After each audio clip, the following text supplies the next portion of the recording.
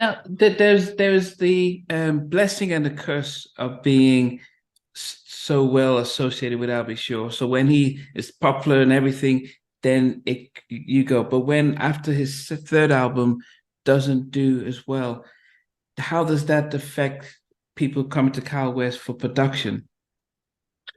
Good question. Music changed, and I was just saying that before.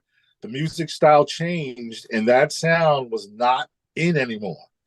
So that phone was not ringing like it used to. Wow. And yes, of course, there's going to be less work. And you know what? You got to do, if you're talented, you got to be in the middle. You got to do what you do best, but you got to try to make your work be current, and it's not easy because even if you do make a record that's current, and it sounds like what's on the radio, your name is associated with another sound. Mm. So those A&R people would be like, oh, I don't care what it sounds like. It's probably going to sound like what he did 7 years ago, and be like, no, we don't want that. So you got to, that's where it's kind of like you got the right situations got to come back. And I was lucky enough to have that, but also the right time and the right A&R, because someone's willing to take a chance on something different. Yeah. But absolutely, when that musical style changes, it's definitely going to be a change. Now, one of my favorite guests who's been on my show twice is Donell Jones, and you did one of his best songs, "Where I Want to Be." And I think Yes, many people might be surprised to know that you actually co-produced or you produced it with him. yes. If there's that name again, Eddie F. You know, Ah, um, he now had his own label and production company, and work was slowing down for me for a while. And Eddie just said, "Look, we're having a party at my house. One of my artists is going to be here. You two go into a room and get together." And Eddie had nothing to do with it. Just he made it happen. And we met with myself and Donell, and we clicked and clicked. And even though he didn't like the music I brought, but he said, "Oh, but you got the style that I'm looking for."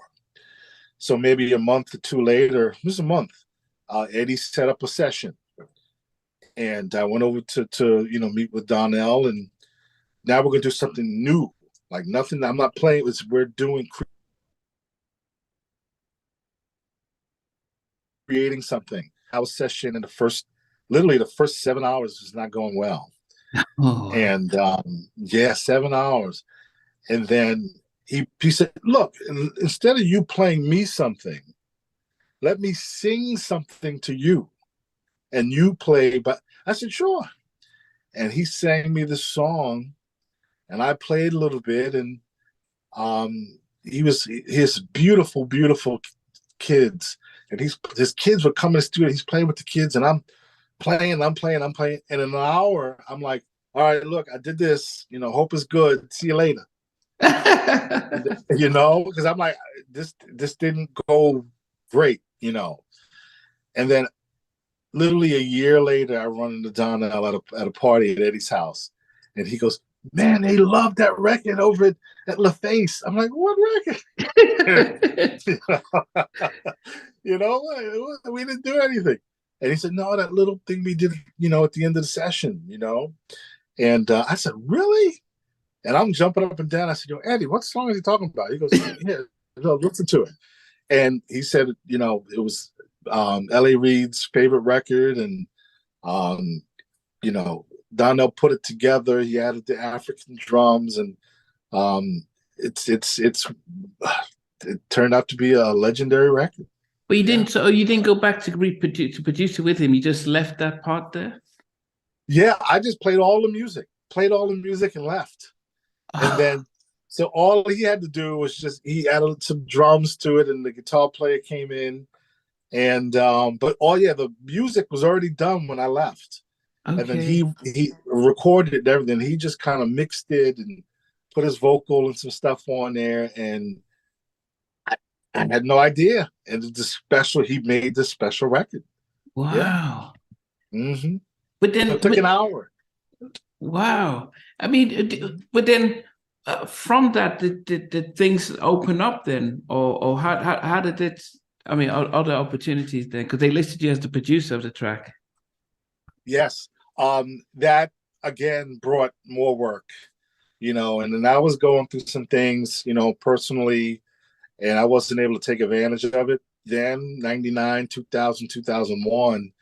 And I kind of missed the boat again. But being able to have that record on my resume gave me a whole new identity, Mm. because now the obviously the New Jack Swing wasn't in, but the neo soul was in, Yeah, yeah, yeah. and this is what they considered neo soul. So now I'm getting calls again, and my business wasn't, put some personal things going on. I wasn't able to really.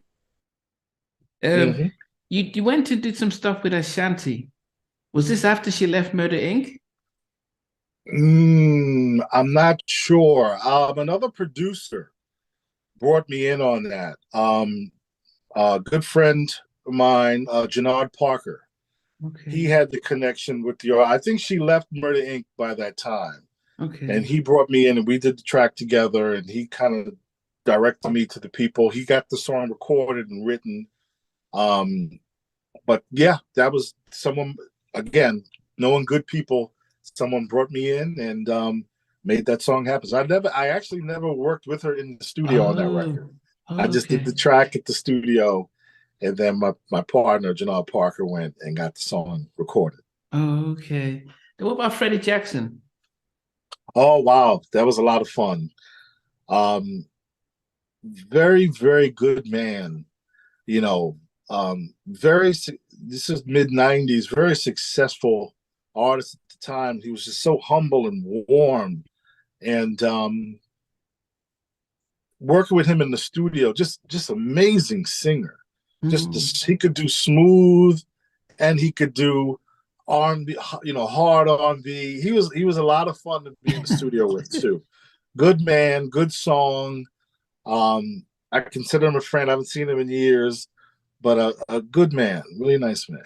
Yeah, because back in the late eight in the 80s, mid 80s, he was probably, him, Luther, I mean, he was one of the biggest R&B stars in the world. I mean, he was big in Nigeria, Freddie Jackson. Absolutely, absolutely. Yeah, he was managed by Rush at the time, and my manager at the time, Dominic Trenier. He made the connection, played them the song. The song was already recorded, and management and Mr. Jackson was like, "Oh, this is nice." Went in, we did maybe 2 sessions. He would go right down the track, no stop start, right down the track. He gave me maybe 3 or 4 tracks, pieced it together, and his personality, just a nice man, good man. Wow. And then after about 12 years, both you and Al returned with Honey, I'm Home for Hidden Beach.